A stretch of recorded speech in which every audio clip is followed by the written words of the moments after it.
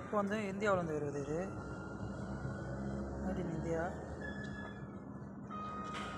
So India.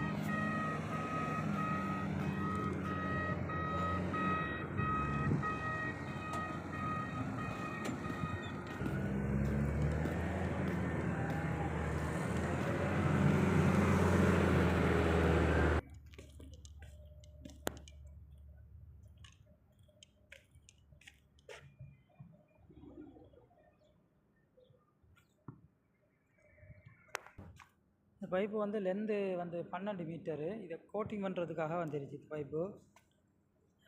Coating பண்ணி கடலில் இறக்குவான். திரும்ப கவர் பண்ணுறது, கோட்டிங்னு சொன்னால் கவர் பண்ணுவாங்க. கடலில் துருப்பிடி அமைச்சதுக்காக இந்த இரும்பு தண்ணி இது துருப்பிடி அமைச்சதுக்காக கவர் பண்ணுவாங்க இந்த பைப்பை.